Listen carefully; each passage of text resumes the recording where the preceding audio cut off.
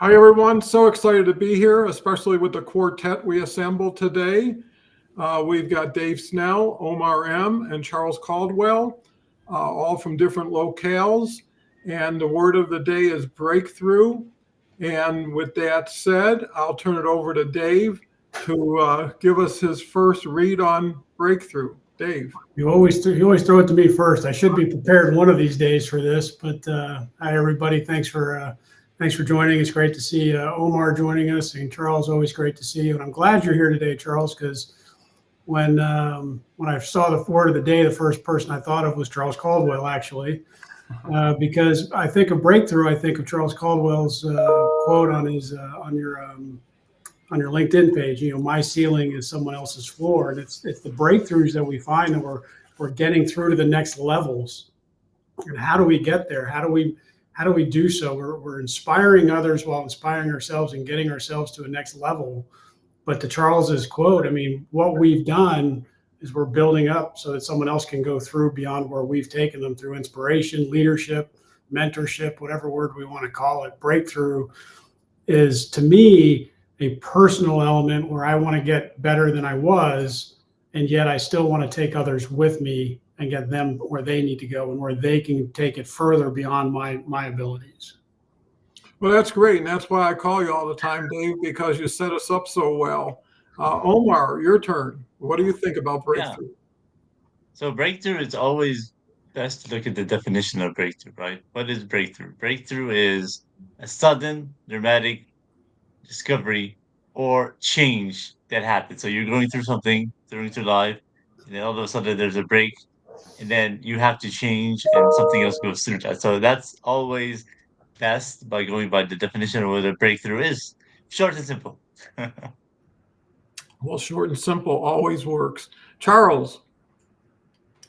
Yeah, if I was to build on what Omar has said, I think that the I think I'm hoping that today we can actually have a breakthrough ourselves on this call through the discussion. I think the way that I would define breakthrough would be a deliberate, focused effort where people are really looking at radically changing the approach to something that overcomes constraints. And instead of making incremental changes, we actually have a huge breakthrough in changes. So a massive increase in changes as opposed to incremental changes. I think people go through life day to day, month to month, year to year, expecting to do better with their goals and do better with personal development. But in fact, they don't create a breakthrough. They get incrementally better results, but they don't create a breakthrough. So what we're up to today is breakthrough thinking. Absolutely. And I guess the key words of breakthrough is the first one, break, which means you have to go through something or really penetrate it, just like an eggshell. And the through is the reward for doing the break. So I think there's a lot to that. We've got Anjun joining us. Nice to see you, Anjun. It's been a little bit, but always welcome. Carrie's here, one of our comedians. What do you call a vanilla pudding with a great sense of humor? A custard Ian of laughter. And Carrie says, caterpillars hit their breakthrough when they turn into butterflies. So true. And, it's the effort that goes into the breakthrough that one has to really put a lot of time and energy into to see a little maybe benefit or at least a ray of hope. And from that ray of hope can create the motivation to, find that extra energy or impetus to move forward. Dave. Yeah, I'm wondering, Charles, if I misheard or maybe a little bit of disagreement here. I don't know is the right way, but I think the breakthroughs come through consistent actions of little incremental works that take time to get through. And I wonder if the breakthrough isn't the realization that you've gotten beyond we've broken through, quote unquote, a level that you didn't know existed against you before. So to me, to get to a breakthrough, I think we have to show up consistently, working at what we want to achieve, and maybe we'll realize that we can go beyond what our initial goal was, and that's a breakthrough in and of itself. Does that make sense? Yeah, it absolutely does make sense. And what actually you've hit on a really interesting point, Dave, and that is that there's actually different theories around breakthrough and what constitutes a breakthrough. I know that there's a model out there. There's a couple of models out there which are actually specifically designed around engineering and product development and how to create breakthroughs around product development. And they actually speak about that the exact thing that you're talking about, and looking at the consistent. That the breakthroughs don't always come in one big aha. Right. I think for some people they do come in a big aha, but sometimes they come through the consistent daily habitual practice of process improvement and that kind of thing.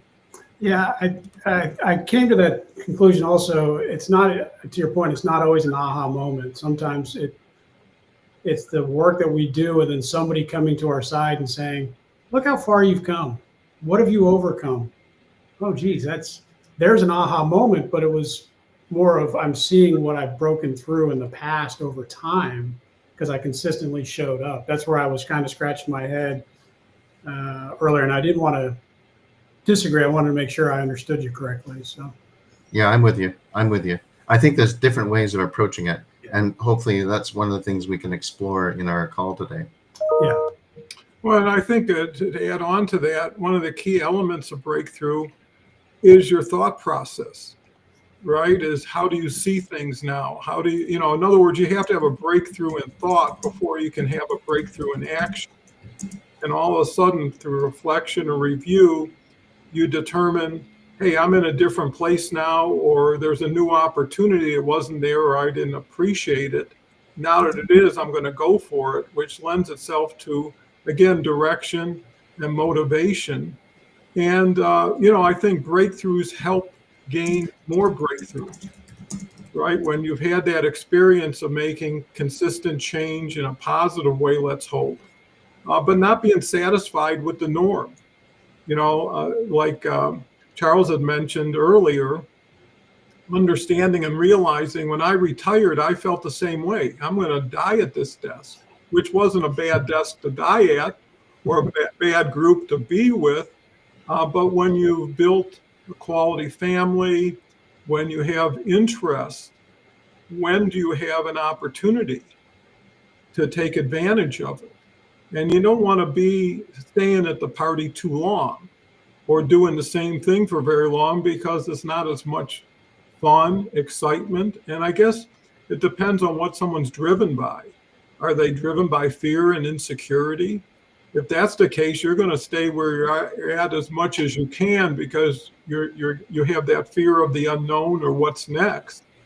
And other people who are optimists or adventurers, really look forward to that next breakthrough. So we've got some more people. Anjan says greetings. We've got Dr. Valentino Heavens. Hello and good to be here. Well, hello and great to have you here. Charles comes back with a comment. One definition of breakthrough, not the only one, deliberate, focused effort aimed at delivering radically new approaches that overcome constraints instead of making incremental changes in the older ways of working.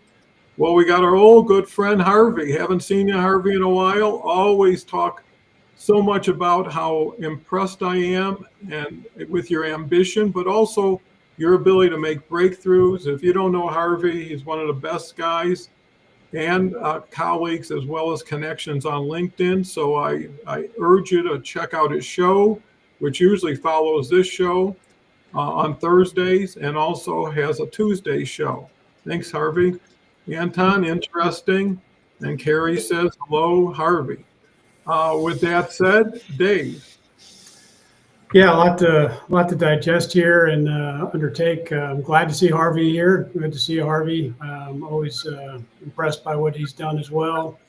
The word that keeps coming to my mind here is consistency, because we've said it so many times, and I think it's a real part of it. The quote that I was looking at here that really, again, I do a little bit of research. It's not totally off the cuff. coming in here, as you always hope to be. But the moment of breakthrough is often the moment you realize you were never really stuck. It's when we start, and maybe it is an aha moment here where you realize I really have the capacity, the capability to do what it was I told myself I couldn't before. And it's an aha breakthrough moment maybe where you realize I'm not stuck. I can do this. I am able. I'm capable. But you have to believe. And to your point, Don, a second ago, it's that thinking, that thought process that you have to go through of introspection of what is it I'm capable of doing? What is it do I want to do and convey? And then you'll have a breakthrough. You'll have a moment where you can say, I can go beyond what I thought I was capable of. I'm not really stuck. I know I can do it. Yeah, great thought. Charles?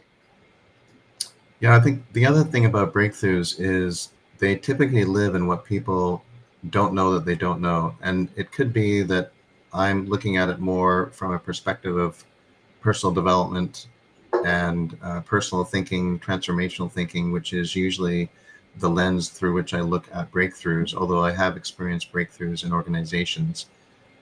So when people have a breakthrough, they'll have things that they know about their world, and they have things and themselves. They'll have things that they know that they don't know about themselves, such as I know that I want to, become better at business, so I go out and do an MBA, or I want to learn how to play a musical instrument, so I go out and take lessons to develop that instrument skill. But then there's what people don't know that they don't know, and that's the area where people often have powerful insight, which then leads them to some new action that they develop. Sounds great. And now we've got Omar back. Well, and Harvey says, hey, Omar, 4 legends on screen here. Hey, Harvey. So Omar, welcome back. What's your next thought on breakthrough on what we've been talking about today? Yeah, a lot of the points the gentleman made here are accurate in breaking through, going through another challenge that you've had. So you have a challenge, you break through that challenge and try to pull up something else that would help you out. So basically, it could be also a turning point, right? Let's say you're going through a job and the job is so stressful for you. You've been doing it for years and years and years.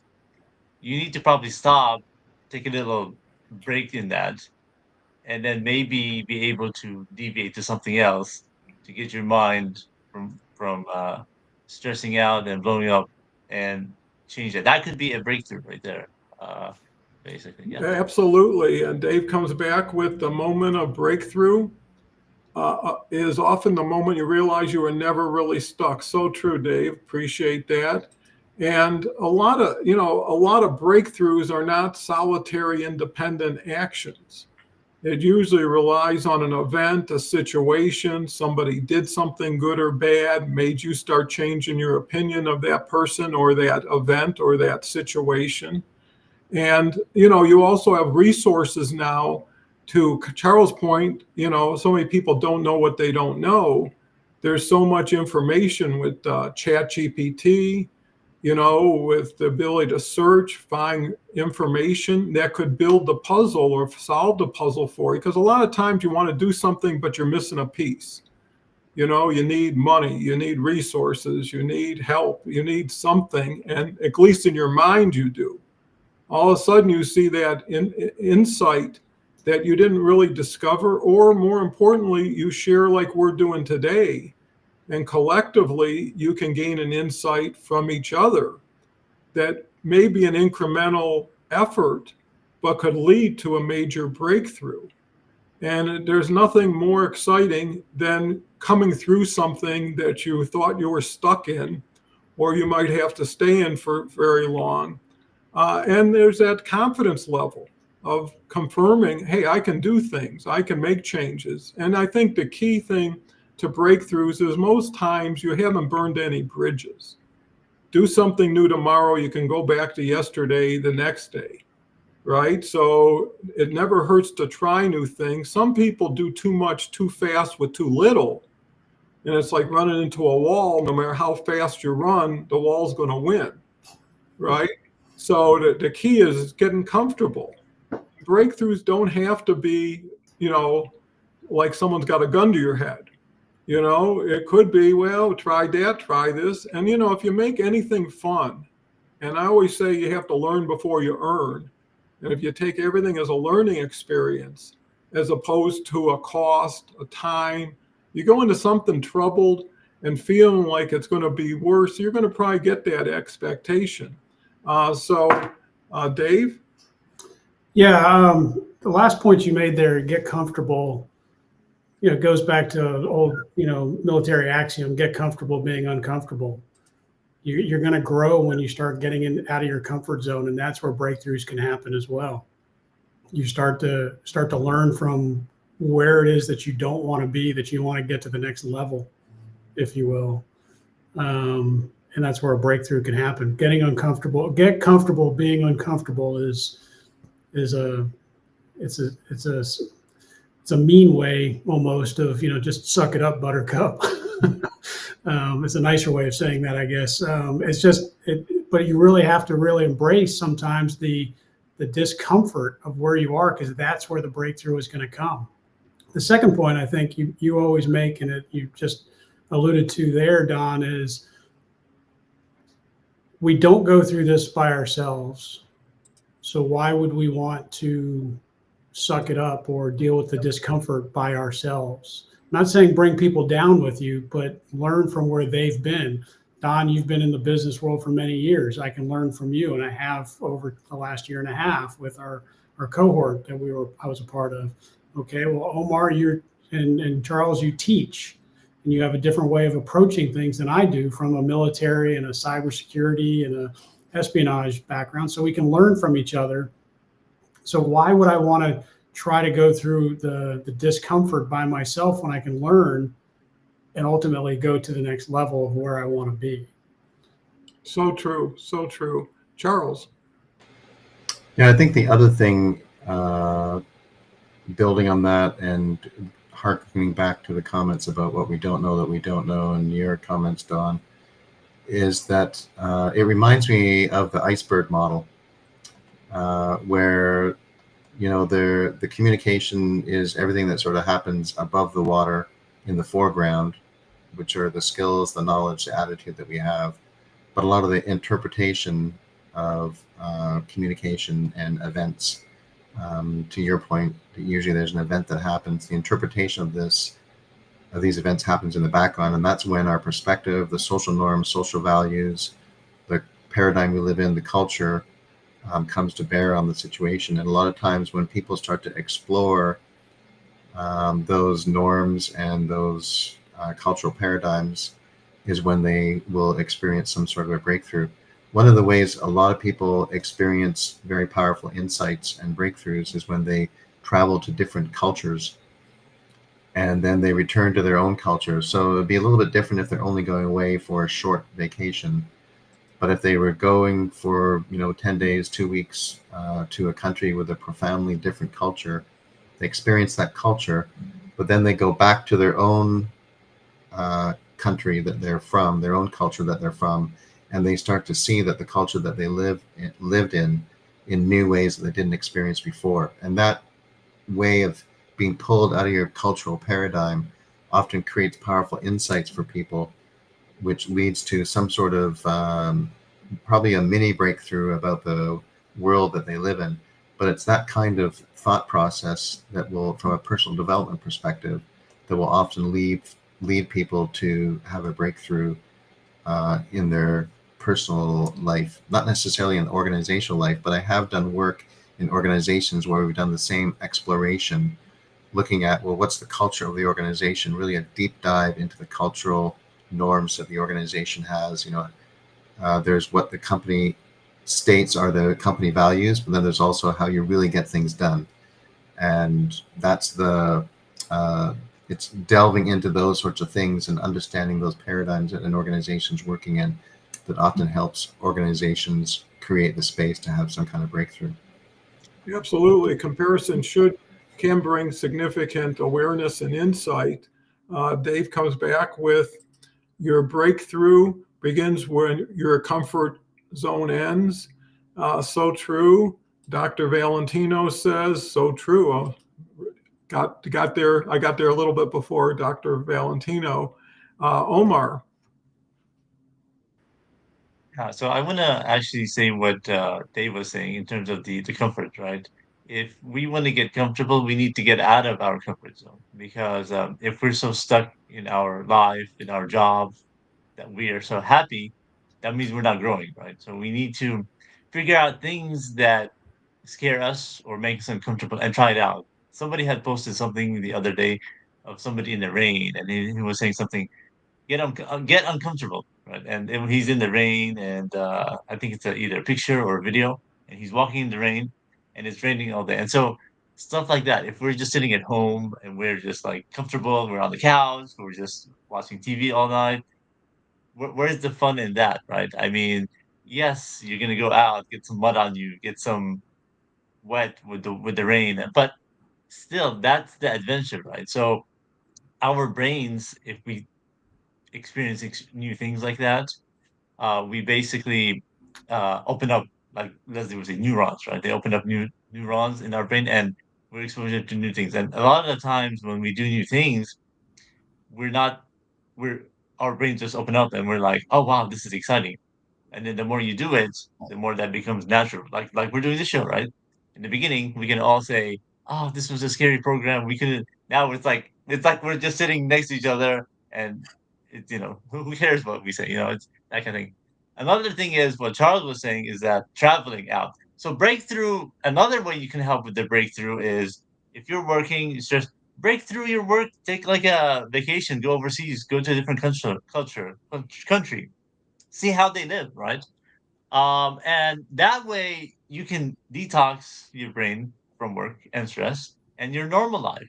That's what I did when I traveled back in October. I went to 4 or 5 countries and went to see different cultures, and that was really a breakthrough in terms of changing your mindset and seeing how things are. You go back to your routine, you're refreshed, and you're able to do the work for another 6 weeks, like it's a brand new job. So that's what we need to do. Yeah, I mean, sometimes when you go to different places, it doesn't have to be foreign countries. Just go to a small town, right? Go to somewhere rural. Go places you're not used to. And you find out people have more in common than you have given credit for, right? I grew up in Detroit. I thought everybody lived in a bad climate. I just thought cold weather and wet weather was just part and parcel of, and you don't know any better. There's a saying, it's better to be in the dark than go to the light and then go back to the dark. Because once you've seen what you've seen and once you've learned what you've learned, it's hard to forget.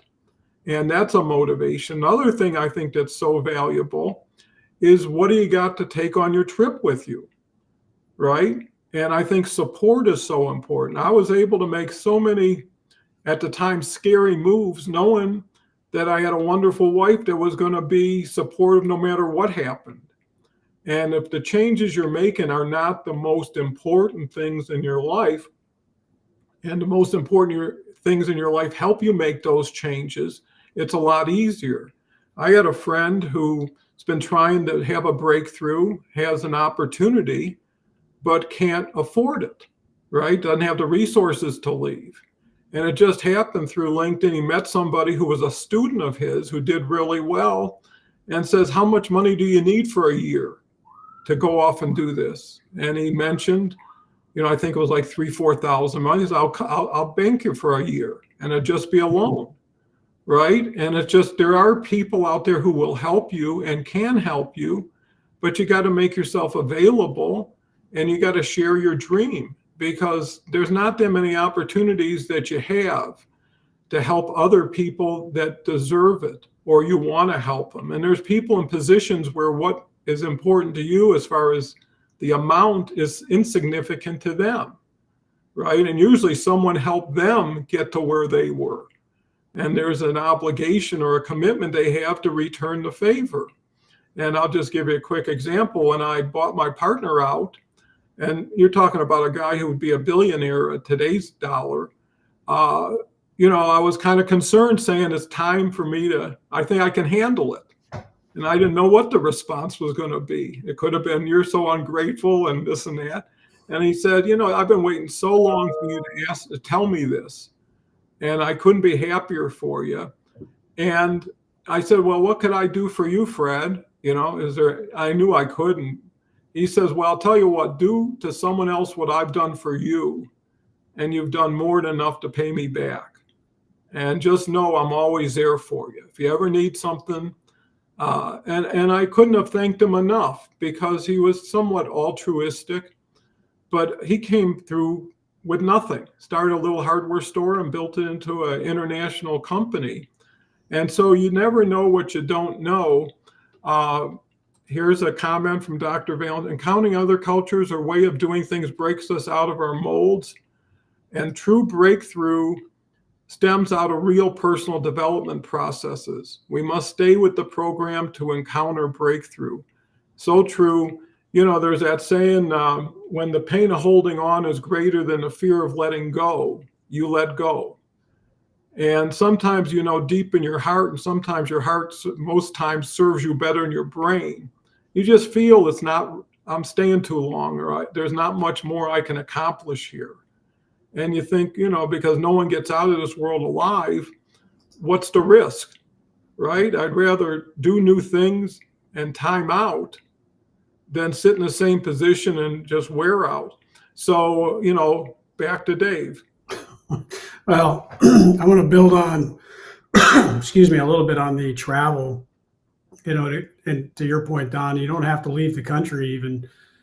There's a great video somewhere on social media where a Brit who lives here in America said, Europeans always complain that Americans aren't well traveled because we never leave the country.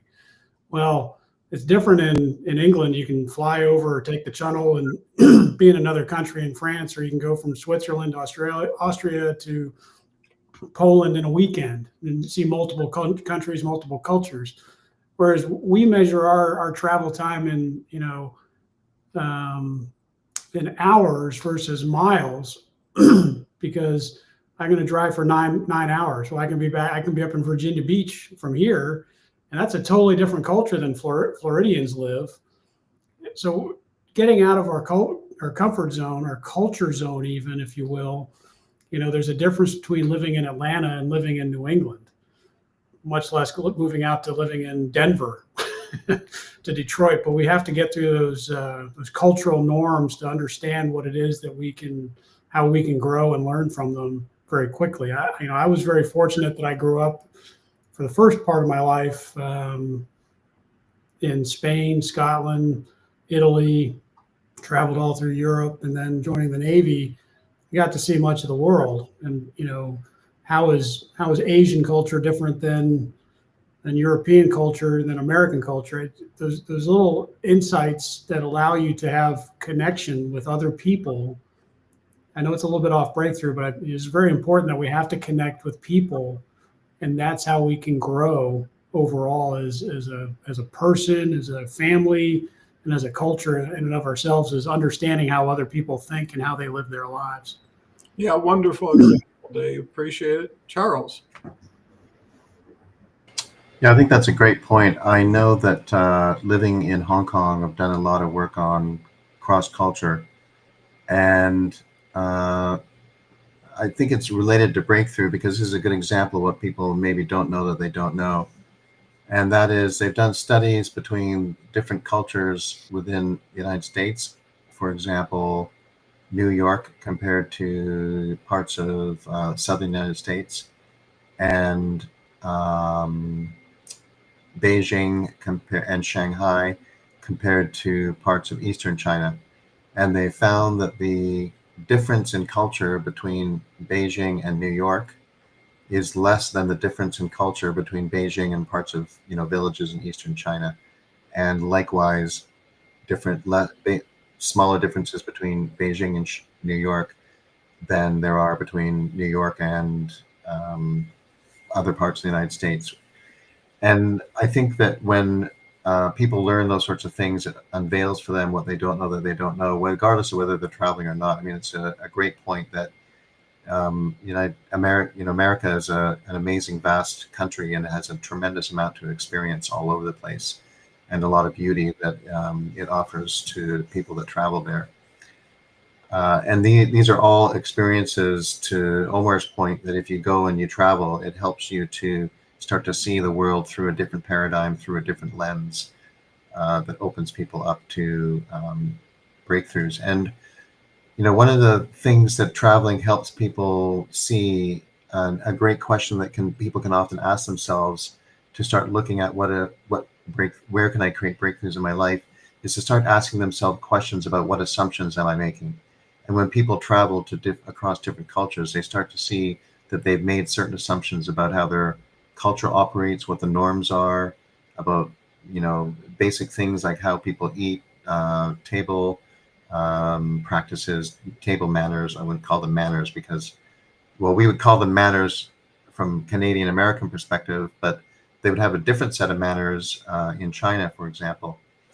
And when people start looking at asking themselves, what assumptions am I living in, regardless of whether it's culture or personal relationships or in business, that starts to unearth and create that space within what people don't know that they don't know, that can move them towards a breakthrough.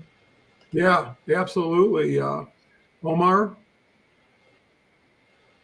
Yeah, absolutely. So Charles, some good points there, and Dave also.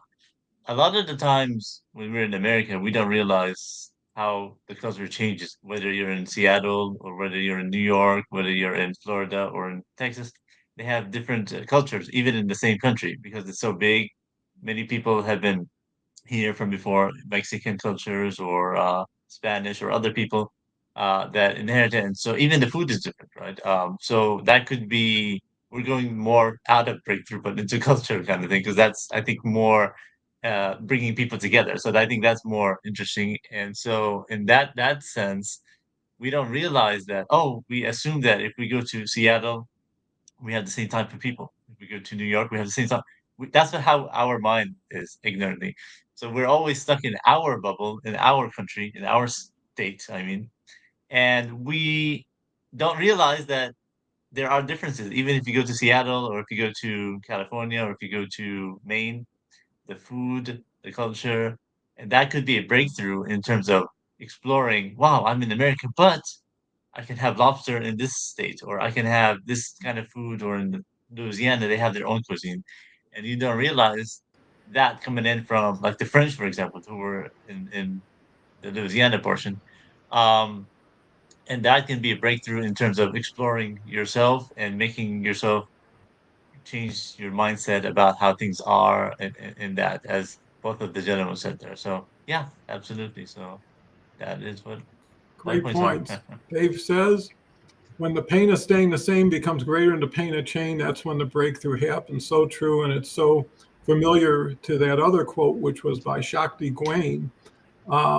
And Charles comes back with, to create a breakthrough, ask yourself, what assumptions am I making? So valid. And to touch on what has just been said, just go from one neighborhood to another in your own town, and you see the difference in culture, right? Go to the inner city versus the suburbs, right? Go to the rural areas or more older established areas. Some people's world is like 1 square mile. They were born there, they live there, they're going to probably die there. They know the local people, they know the local stores. Everything else is unfamiliar. The benefit we have today, we talk about traveling. What it used to take to get from Europe to America was forever, right? And it was full of all kinds of risks and challenges. Now you don't have to leave your living room, right? You can go see anything, anywhere, with anybody. If you want to talk to somebody in China today, we're talking to somebody in China right now. That's as easy as it is. So the restrictions and limitations towards growth are not there. It's really in your mind where you have the limitations, and you have to trust yourself to trust yourself. And you have to, they say faith is the belief in the invisible. Sometimes you just got to go with a feeling, right? And that feeling may be enough to get you another insight. get a crack in the door and see what's out in that new room and decide why not go for it, right? As long as I got a door that lets me out of that room.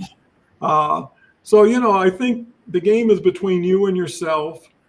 That saying, if it's going to be, it's up to me. And for things to change, I have to change and be open to it. But there's ways of easing into it that it's not all or nothing. It's like never burn the boats, situation. Dr. Valentino says, well, let me get one at a time. To create, ask what are my intuition and gut telling me? So that's so right on. The experience of physical shifts actually causes a paradigm shift for us. And sometimes you got to get out of your environment to see the environment that you're really in. You don't know what you're into until you're out of it. And then you can look at it and say, wow, I didn't know whatever it is that you just learned. Dave. Yeah. Again, I'm in over my head sometimes with these next levels that we're taking ourselves to. But I think Don or Charles, your point on what assumptions am I making goes back to our previous discussion of, well, I have to go internally and start to assess. And a lot of people are afraid to assess where they are and think that where I'm at is fine. Where I am is fine. I don't need to get better. I don't need to do anything differently. But that's where we stagnate. And people who do take the time to, okay, where am I and where do I want to be, have to ask that question. What assumptions am I making? And I go back to my military planner days. We would have a goal in mind. We would have some assumptions that we are making about the situation we're in or that we expect. And if one of those assumptions is wrong, the plan has to be rewritten. So we have to always be reassessing, going back and analyzing what inputs am I getting that may contradict or support my assumptions. And that's where we start to grow. Because if an assumption is wrong, I have to reassess and I have to think again. And if that again, it's just a repetitive process where I'm having to grow from it. And at the same time, while I'm doing this internal introspection of where am I and what assumptions am I making? What does my gut feel, to your other quote? I have to interact with the external world no matter what I do in my life. Even if I just sit on my couch, I'm still on my phone, or let's take even technology out of it. There's still an impact on my body from the sunlight I'm getting or not getting from the window or the air in the room. So I have to reassess based on everything going on around me, but most importantly, the people that can have an impact on me. And so often, I know we say this week after week or month after month, but why do we kill ourselves with technology at the sacrifice of human connection? And that's where growth is going to happen, is when we connect with other people and learn from their experiences and our own to take us to that next level, to break through, if you will, to the next level of our own personal evolution, if you will. Absolutely. Charles? Yeah, to that point, in personal development programs, most of them are that it's the human connection and it's the sharing within the program that often creates the breakthrough for people. So somebody will share, you might be looking at a particular tool within the program, a particular personal development model, and somebody will share how that model is applying to their life, how it's relevant to their life, what insights are they seeing out of the application of that model. Then other people will see themselves in that type of breakthrough. And this is why I think being able to perfect the art of storytelling is so important. Because if you really are effective at storytelling, particularly if you can make yourself vulnerable and authentic when you're sharing stories, regardless whether it's in business or it's in personal shares, other people will see themselves in those stories. I mean, we're a narrative storytelling species, and we love stories. There's a lot of research and data that backs up stories. But one example of breakthroughs that, as I've been listening to the conversation, and this is a customer focused breakthrough, the way that Ford related to the development of the Taurus model. I don't even know if the Taurus is still around, but in the 1990s, 1980s, 1990s, it was huge and was one of the most successful cars that Ford ever made. And the reason for that is because they broke the model on customer focus and did something really, really unusual. And that was that when people were driving the Ford Taurus, they brought customers in and said, okay, tell us what you like about the car, what don't you like, what's working, what's not working, what would you like us to tweak, little things there, little things there. And they built their manufacturing processes around being customer focused and agile so that they could respond very, very quickly to the customer's needs and demands. So a customer would come in and they would discover, they would report something back about the product, Ford Taurus, and then within, I don't know, a very short amount of time, I'm not sure if it was weeks or months, that would get reflected in the actual product very, very, very quickly. And normally it would take 18 months to see that kind of feedback reflected in the product, maybe even longer. And customers were marveled at this. And when they figured out how responsive Ford was to this customer feedback, it really created a breakthrough for Ford and for the customers, and raised the whole bar for the automobile industry on having a customer focus with product development. Interesting. Very interesting. Omar? Yeah, that's interesting, Charles, that they actually listen to the people, right? A lot of the times when something happens, a lot of the CEOs or people who work in the companies, they'll put it there, they'll write it down, and then come back to it later on, right? So having that, it's very important to be able to listen to the people. That's a breakthrough there, right? But also to the point to David said about the phones. We become so addicted to these things that we need a breakthrough from them, right? We need to figure out a way to, is it really that important that we're checking our phones for something that's it? Is it a necessity? Is it a need or is it a necessity, right? Can we turn off our phone, put a lock on it from 8 p.m. to 8 a.m., that 12-hour period, and just have silence, read a book, go outside, listen to the nature, whatever you can hear, and just calm down rather than have that technology on you. But we became so ingrained in using them over their years and months that we've had these phones, that it's kind of hard to do the breakthrough. It's like smoking or other habits. And people are saying that these are the new cigarettes, right? These phones. So these are some things I've been trying to do in terms of putting a lock on it at night until the morning. So that there's a 10, 12-hour period where you're not using your phone, you're not needed, and you can put that away, focus on reading something new, change your mindset, because our brains, if we read something, and I picked up different books here and there, uh, because I think our brains were not meant for these technologies, but are meant for reading and all that. And but Charles was saying in terms of storytelling, I mean, the Native Americans were good storytellers. If you go back and back thousands of years, all these civilizations, Middle Eastern civilizations, the Hebrews and all that, they go back to all storytelling, right? So all these were coming down, and then things have changed in terms of we have got used to the loneliness and being alone. The society somewhere around the world has made us want to be isolated and just be on these devices. But we got to break through, figure out ways. This is not healthy for us. Figure out ways to change it. So I want to ask you guys too. Why do you think people are not breaking through these phones? Why are they letting their life? Not everybody. I'm sure there are some people who control it, but the majority of people, especially the kids and the youth, need these devices as if we need water or we need food, right? So maybe whoever wants to answer that. What do you guys think? Yeah, I think you make a great point. And you got to ask yourself, who's the tool now? The phone or you to the tool, right? In the past, like if you take a traditional tool like a hammer, it was there to assist you, right? You picked it up, had an application, used it, put it back, and you were on your way. Now it's so sticky, right? You go on Facebook or you go on YouTube, see one cool video. Oh, what's next?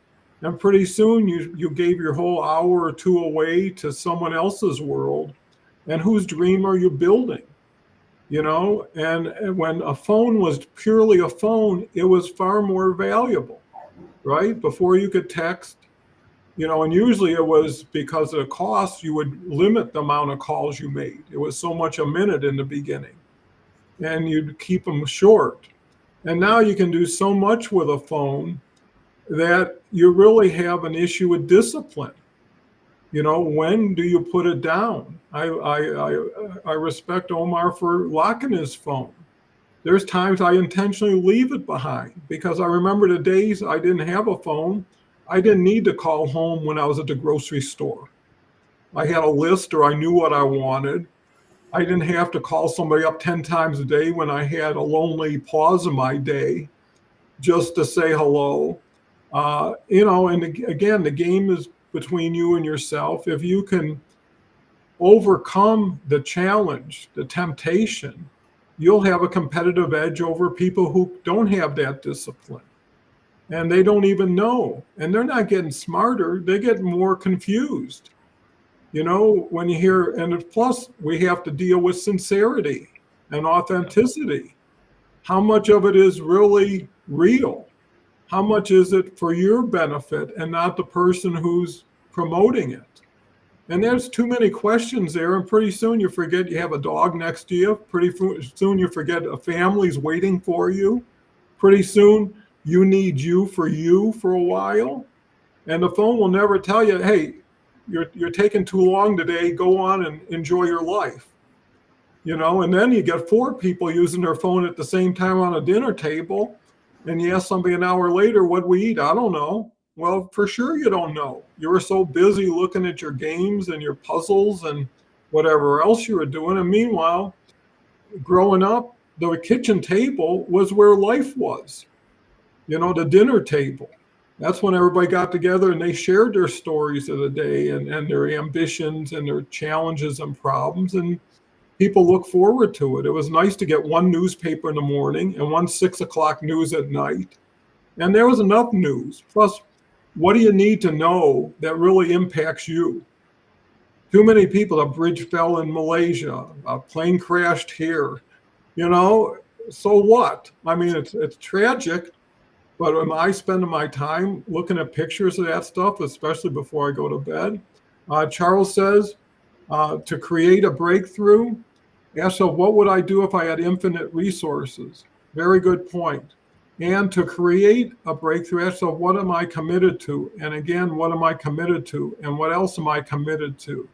That's important to get your priorities. You can't go out to play until you get your work done, right? And a lot of people don't do their work. They just look to play. Dave. Yeah. To answer your question, well, let me go back a step with the Ford Taurus and the shift, the breakthrough shift that Ford had, because as soon as you brought up the Agile network that they took, it reminded me of Ford's old comment of, if they want a Model T, they can have it in any color as long as it's black. It's a very big shift over 70 years that they finally made. But to your point, Omar, Don, you made a very good point of it's squishy now. I think there's a word you use because hammer used to be a tool we used.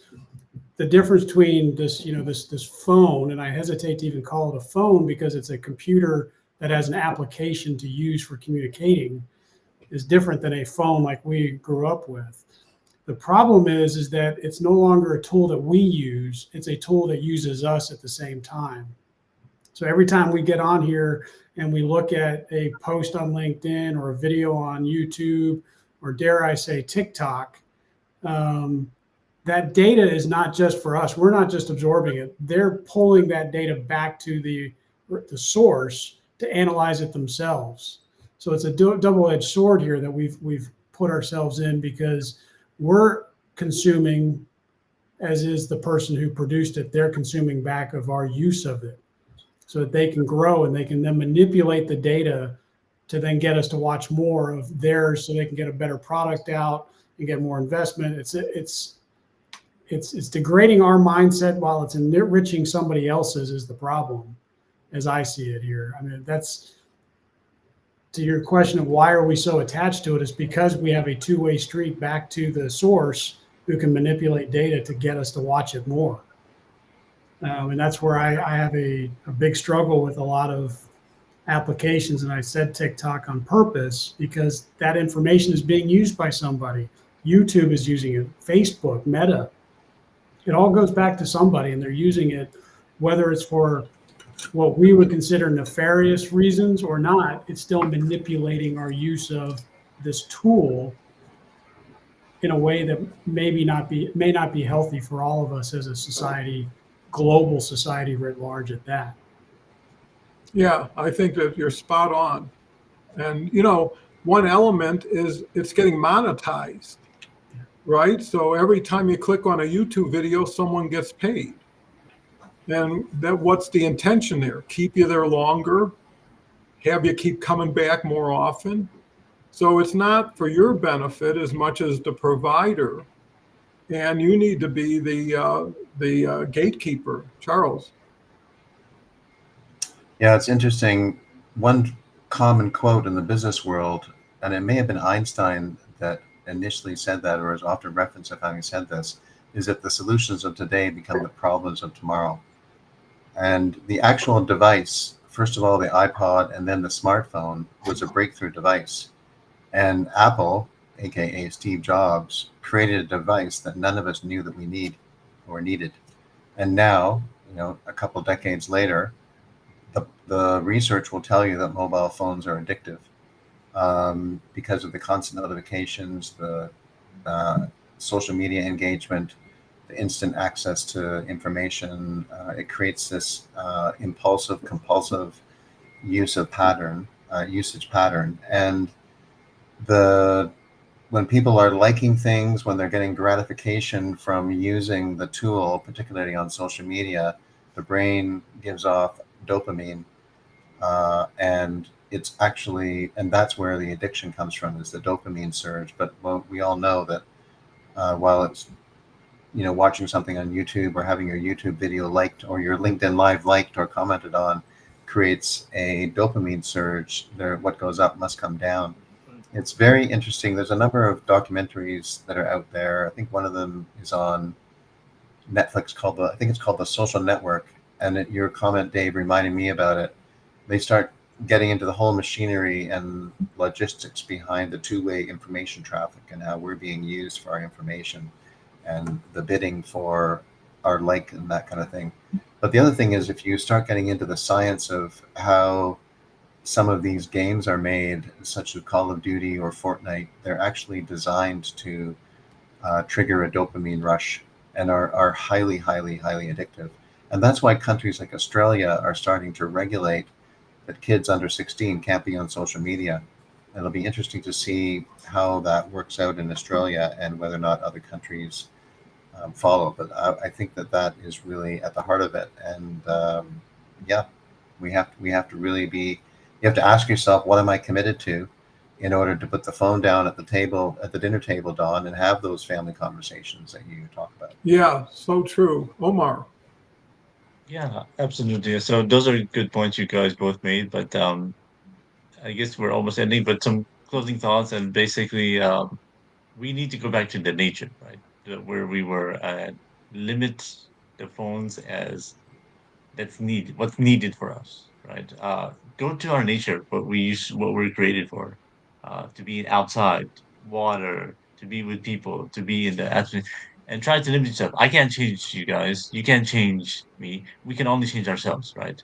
We have to have the control to be able to limit the things that we do. If you can't just all of a sudden stop your phone uses, um, spend an hour less the day than you did the day before, right? Or maybe in a week. Like you have, let's say you're using your phone, I don't know, 40 hours a week, right? Maybe then next week, 39 hours.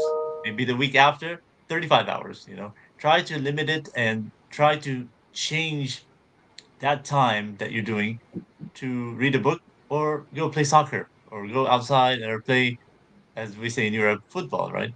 Or play anything outside volleyball or whatever, and spend that hour and see how you feel, right? Do you feel better? And that message can wait, right? If he sends you a message now, it's not that urgent, right? You can wait. Uh, And that's my advice, and my almost closing thoughts, basically. Yeah, I think you make But a I great. have the host in me, so I. No, me too. I feel for you, or feel with you. And I think what you said, Omar, relates to going on a diet, right? If you kept eating a lot of food, maybe the wrong food, and you keep getting bigger and bigger, there's a point where you say, I gotta do something here, or I could see where this is taking me. I enjoy looking at my phone use every week and seeing it go down, right? Because that's a measure that I had better things to do, or I used it when it was needed and I didn't just do there. Because, in the past, when you were bored, you didn't have a lot of choices. Go outside, read a book, call someone up you haven't talked to in a while. Now everybody's on overload. Everybody is getting bombarded by so many things from so many people. It's hard to manage, it's hard to control.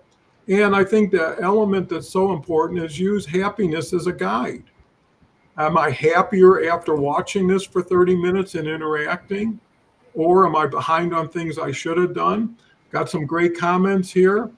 Uh, Here we go. Every challenge you encounter in life is a fork in the road. You have the choice to choose which way to go, backward, forward, breakdown, or breakthrough.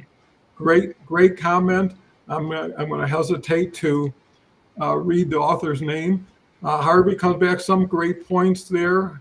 Charles, fantastic quote about today's solutions becoming tomorrow's problems. I guess because it's hard to think past the achievement of the invention, because that was always the goal. Always love listening to you speak, my friend.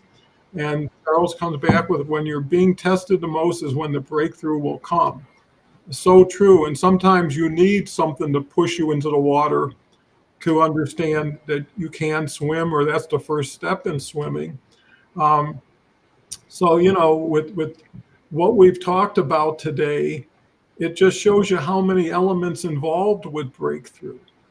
It's a simple word, but it's not an easy action. And a lot of times you're confused, distracted, or it's a kind of like half, six of one, half dozen of the other, right? It's like, well, if I do this, this happens. If I do that, that happens. Better not to do anything till I'm sure. And you're never sure. How can you be sure of the future? How can you be sure of an action taken? Serendipity does play a role. This has been so insightful, and I can't stop writing. Am already creating a template to help people with tech consumption.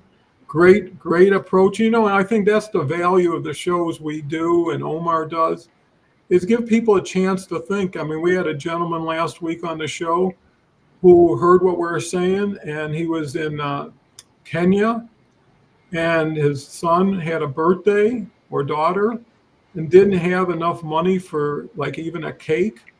And somebody came along and offered him that money and created a beautiful birthday. And it's things you take for granted, things you're not aware of, that your words have meaning, have value, and can be used for good and for maybe not so good. So we're at 58 minutes. I'll say real quick, go around the horn. Dave, last words. Yeah, the only thing I'll say is a comment you made where I have gotten to the point where I try not to take my phone with me to the grocery store, to the detriment of coming out to my phone and seeing on my phone, could you also get this, or this? And then having to go back in and explain to the people why I didn't bring my phone. But I think it's a good habit to get out of carrying that thing with us everywhere we go. Breakthrough is a tough discussion point. As we learned today, we went in a couple different areas because it is so broad and there's so many different ways to touch on it. I think we could do another show on this again and go 5 different directions as well. Very much appreciate the conversation though, guys. Always. Charles? Great discussion. I echo what you've just said, Dave. I think we could do a couple of sessions on this one. I do want to close on a note of encouragement for people. A real change is difficult at the beginning. We have the familiar that we rely on, and because of the familiar, we may not be as in command of our destination as we think. But when things are not going people's way, also people might start doubting themselves, but want to encourage people to stay positive, keep the faith, stay focused on what you're committed to, keep moving forward. And you never know, your breakthrough may be just around the corner. Love that. Omar. Yeah, I agree. Yeah, this definitely needs a part two. It's a big topic, a breakthrough, but just remember, anything is possible. Whatever you're going through, get somebody who can support you so you can grow and make some changes. And small changes can make bigger changes in the future. So just like I said, take an hour off from your phone, like you're doing, Dave. Don't take it in the supermarket or wherever you're going. If it's like an hour or two trip, that's fine. But if you're going a long trip, maybe take it if you need it. But Don, anytime you need me, I'm on here. I appreciate you inviting me. Love to be on the show. Just waiting for the call. I'm on. I'm always going to be here. I'm looking forward to you, and hopefully we'll get to that singing show pretty soon here. And Dave and Charles, you're awesome. Appreciate you guys. Bring you guys on my show later on. Hopefully, we just ended season 3, and yeah, you guys have a good summer. Well, thank you, Omar. You're top of the list along with Charles and Dave. And I think, that has been so valuable is the friendships, the exchange of knowledge, information, and more importantly, support. And when people know you're there for them and they're there for you, it gives you that extra confidence, right? You're braver when you're with a crowd, right, than when you're alone. And when you see other people doing it, it becomes more familiar.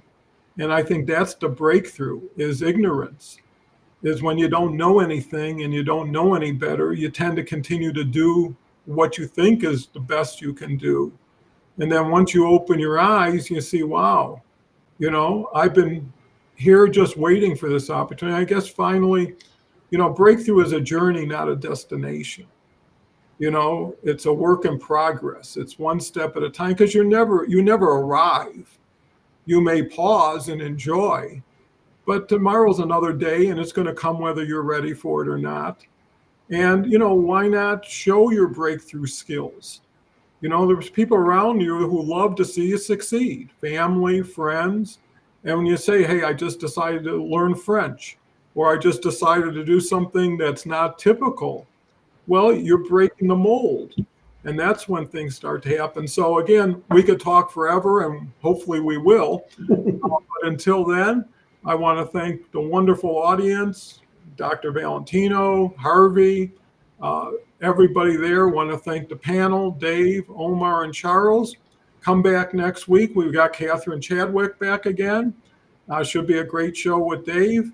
And until then, keep making breakthroughs and let us know how you broke through so we can break through too. With that said, take care.